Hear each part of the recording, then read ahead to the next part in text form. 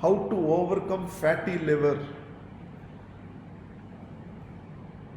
3 months back, you would have asked me this question, nobody would have asked me this question.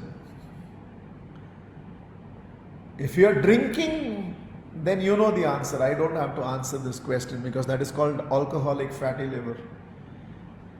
So you know the answer. So I have nothing to answer. If you are not drinking, which is called non-alcoholic fatty liver, there's only one way to overcome fatty liver.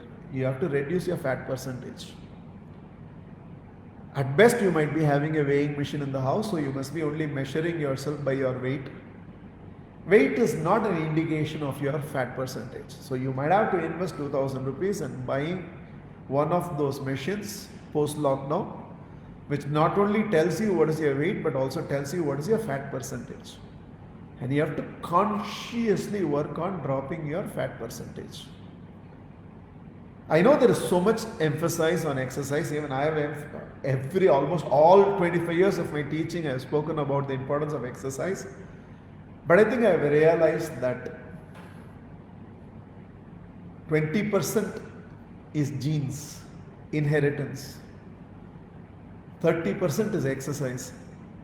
50% is what goes inside you, what you eat and what you drink. 50% of correction has to happen there.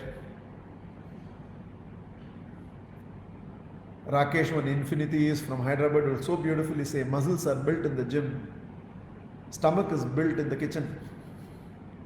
Without disciplining this gate, nothing can be done.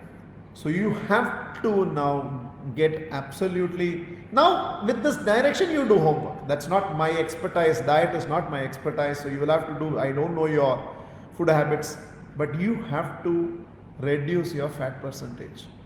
Drop in weight should happen through drop in fat, and if that does not drop, if just the water content in you is coming down, that's not going to make any difference. And you will see that with every drop in percentage, and it is not easy, but it's worth it.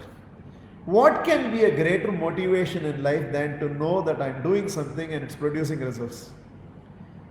I don't think there's any greater motivation in life. The kick which I know, one success which I have seen in my life, when only 19 people were there when I addressed my very first program, and from there to see the numbers grow by tens and hundreds and thousands. I know another type of success, to see my profits grow year after year in the audited books of accounts. And in the recent past, I have seen this, and I yet another success. While everything else is growth for success, this is one thing where the drop creates that success.